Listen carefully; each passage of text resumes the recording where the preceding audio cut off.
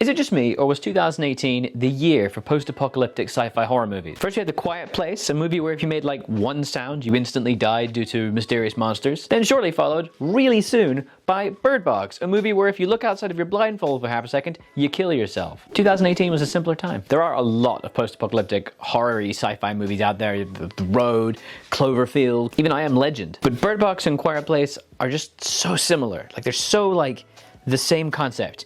A sense is removed, and it's also like an apocalypse. But one did way better than the other. Quiet Place, huge success. Everyone loved it. Everyone loves John Krasinski, but it was massive. Bird Box, it's fine. When you get success, when you get anything good, there are sequels. Quiet Place 2 came out what feels like 10 minutes later, and it was pretty good. Bird Box though, they were like, just stop. It's fine. Story's over. We don't need any more. And that was it. Until this year. That's right, in this video I'm going to be analyzing A Quiet Place and Bird Box and talking about how they're really similar and really different, and one needed a sequel and one didn't. Yep, I've been watching a lot of movies recently. Make sure to subscribe for a whole lot more discussions about movies, books, TV, I don't know, all kinds of things. And also, let me know down below in the comments what you think about the movies, and if you agree with the critics that Quiet Place is pretty much just better Bird Box. But I think Bird Box gets too hard of a time. And I'll tell you why. Bird Box 2, or should I say its full title, Bird Box: Barcelona, best title ever, right? Was clearly designed because they saw Quiet Place 2 did well and they wanted to like make more. Except instead of just continuing the same story, you kind of couldn't, because Bird Box 1 sort of just ended and everything was kind of fine, unless you unravel everything that happened to Mallory. Whereas A Quiet Place 2, it's a direct continuation with the same themes. It's a bit less interesting than the first one, but it's still the same story. Bird Box Barcelona, no, it's different. It's not just in Barcelona, it's just different characters, different place. The story is somehow similar, despite being totally different. The movie literally just came out, and the reviews are not so great. They don't compare with A Quiet Place Part 2, so why? Why is this movie so much worse, according to the critics, and me, than the first one, and indeed, The Quiet Place? Right, to really get into the grips of this, we gotta go back to the roots, back to 2018. Quiet Place came out in April, raves. Everyone loved it. It was great, it was a decent success. Good job, pat in the head. John Krasinski's head, just right here. Bird Box, though, came out, and everyone was like, eh? And then they forgot about it.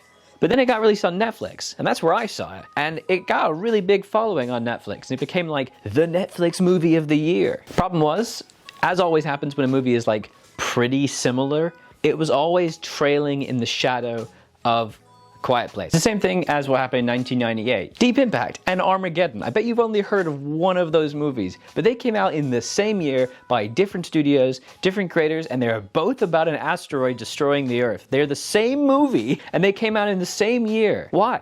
It's kind of the same thing here. One is always going to be better than the other. They are basically the same. They're both survival movies, they're both apocalypse movies, and they're both movies about having a sense taken away, and if you break the rule, you die. Considering their similarities, they're kind of the same movie, but just like turned on in their head, but one is just better than the other. Who knows, maybe if Bird Box had come out in the cinemas just a little bit before Quiet Place, it would have been a successful one. And maybe it should have been, right? Bird Box is more layered. It's more intricate. The storytelling is layered. You have flashbacks, you have different time sequences, you have more backstory.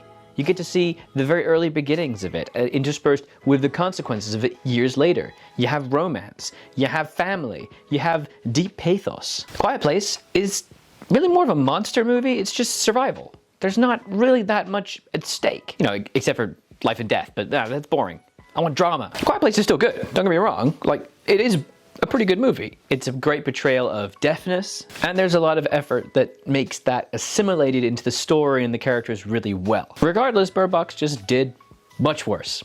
And now, years later, we got A Quiet Place 2 that's just sort of quietly meandering into success and awards, and Bird Box 2, or B, Bird Box B, I'm gonna call it Bird Box B from now on, for Barcelona. I think it comes down to the fact that while they're both sequels, they're both trying to do totally different things.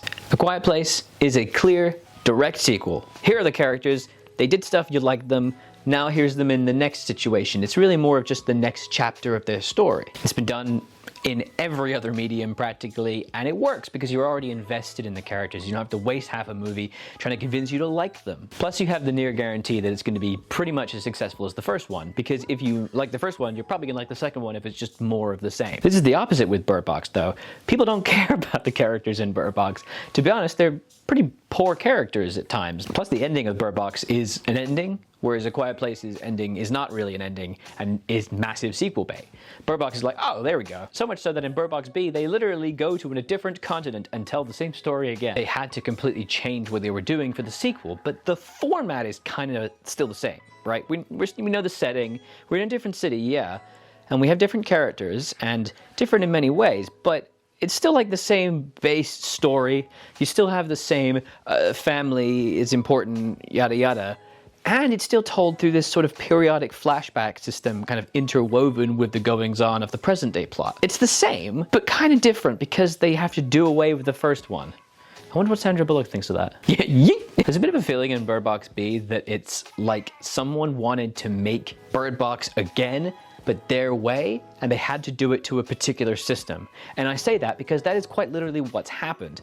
The only similarity in production is the same producer, Dylan Clark, and the fact that it's now on Netflix. The whole team is different, but they still had to keep it to a sort of established format. It shows, it's like a little weird. It's not like a sequel from the same director, the same producers, the same actors. It's a totally different thing, but they still have to work within the confines of the story. The thing is though, that Bird Box B had a lot of potential because of that, I thought. All these differences could actually be really good though. Bird Box Barcelona, Triple B could have actually been way better than the first one because it was going to be different. Quiet Place 2 is pretty boring because it's just the same continuation. BBB could be way better in the same universe. What if it's just like a totally different story in that universe? Localization and bringing things from one culture to the other in cinema is nothing new, and it's been done really well. A lot of great Chinese and especially Korean movies have been kind of imported to Western media and sometimes adapted. And this one's the other way around though. It brings it from America and puts it in Spain.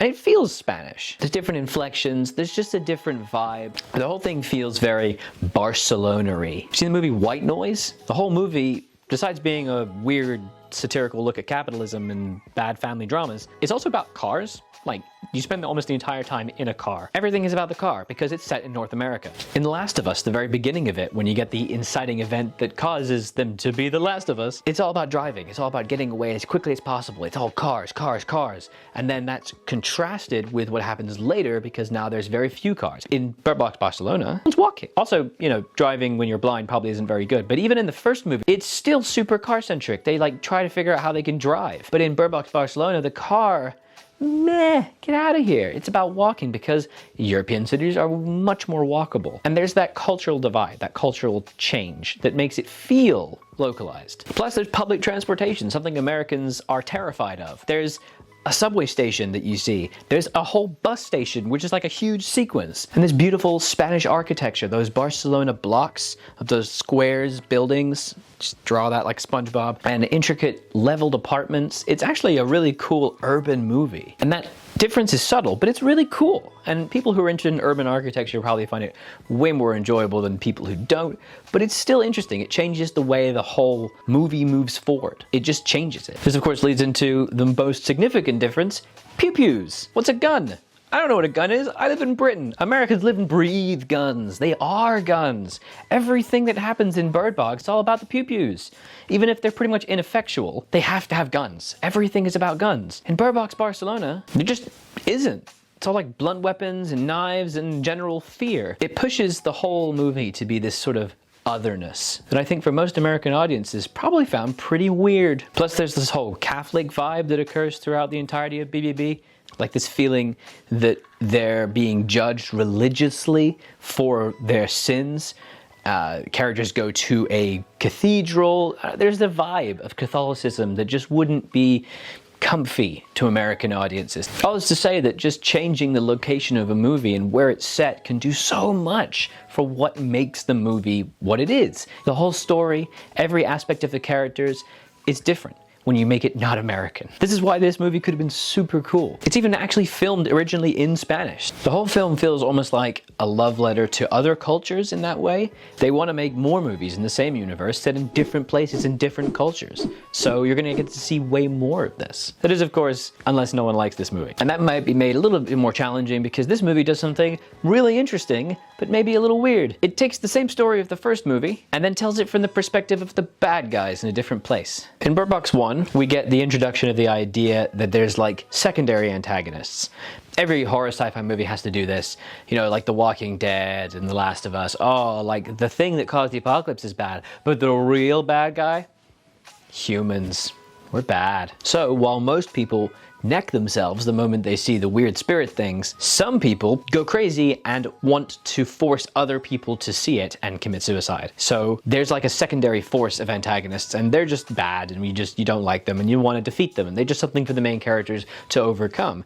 In the second movie, that's our main character. This is actually really, really cool because in the first movie, other than one guy called Gary who's like a trickster, all of them are completely nameless. They're just generic bad guys. They are pretty boring. They're just villains. In the second movie, we get to explore what it is to be one of them. They are called seers in this movie, which is actually a great name. You get to explore why the seer in question, whatever his name is, what is the main character's name? That doesn't bode well. Sebastian. We get to see a totally different story, and one in which that answers questions that I actually had at the end of the first movie. This seems like it would be a perfect movie and a perfect sequel. So why didn't it do good? Well, you could blame Bird Box 1 for failing because it came just after Quiet Place 1. And that's fair. You know, they came one after the other. No one cares about the second movie in the same genre. But that's not the case here. Bird Box Barcelona Beatrix Beelzebub occurred years after Quiet Place 2, but it's still kind of failed. And maybe that timing is actually the reason. 2018, everyone loved post-apocalyptic sci-fi. It was like all the rage, but that fad died out. Quiet Place 2 came just towards the edge of that ending of that joy we found at thinking about, wouldn't it be great if the world ended? Yeah, aliens. This movie's just come out and it's 2023. I know what an apocalypse is. I'm living it, man. I don't need another one. I'm not interested.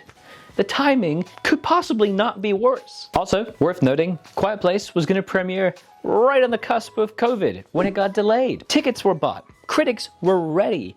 So there was all this hype bubbling for this movie, and then it got delayed. And so that hype just carried on. And then when the movie finally released in 2021, we're all a year into staying at home. We'll watch anything. I'll watch whatever you give me. I'm so bored. And so of course it did well. It was a well-made, decently produced movie, an interesting, pretty unique concept on an original spec script. It was always going to be a success. The fact that it got delayed and hyped and pushed into next year only amplified it. Bird Box, it had some fanfare, had some attention, but not that much. And it released in the cinemas and no one watched it. It got attention on Netflix, definitely, and people did watch it. But then when the sequel comes about, what, 5, 6 years later? There's no attention on that. Bird Box, I watched that, yeah, last decade. Back in the before times. Plus, did you see any bus adverts for this? Did you see YouTube trailers? There's almost no attention on this movie. They just yeeted it onto Netflix and assumed it would do well with no advertising. Of course it didn't. All is to say that Bird Box Barcelona is alright, but really annoys me because it could have been so much better. Whereas A Quiet Place 2 it's fine. You know, it's a sequel. It happened and then it did great. Good job. But I don't really care about it. I care so much more about Bird Box Barcelona because it had so much potential. And yet here we are with like negative score practically, and no one's watched it. And probably no one watching this video will have watched it either. So what am I doing? So what happens from here? Quiet Place, it'll get another sequel. Of course it is. Maybe it'll be a spin-off. It'll be more. They'll keep going. They have confirmed these. Oh, they confirmed it? Okay, yeah, okay, Quiet Place 3. Okay, fine, sure, sure, Krasinski need more money, fine. Emily Blunt, why not? There will be another one. And there's probably gonna be more Bird Box to Shanghai, Paris, Moscow's, if they make any money. Think how cool it would be to see Bird Box in like a South American city or a huge sprawling Chinese metropolis. How different a story would that be? There's so much to play with in this universe, and the movies could be really great if they just did a better job, maybe. Possibly. Whereas A Quiet Place is a little limited. maybe a bit less interesting. But that might just be for me. Though it probably is for me because Bird Box Barcelona is currently sitting at 49% on Rotten Tomatoes. Quiet Place 2 is at 91%. Yay. If you made it this far into the video, thank you so much for listening to my tangled, interwoven, nonsense thoughts about these two movies. I really want Bird Box to succeed, but I don't think it's gonna, and it makes me sad. I'd love to hear in the comments what you think about my thoughts on the movies. If you think that Bird Box is better, please put it in the comments. Join us. There are at least 5 of us. And don't forget to like the video, even if you prefer Quiet Place and its many spin-offs with Emily Blunt. I won't judge you. It's fine. Thank you so much for watching. I have a lot more thoughts on movies and other things as well. There'll be new videos coming on this channel real soon, so definitely subscribe. Bye-bye.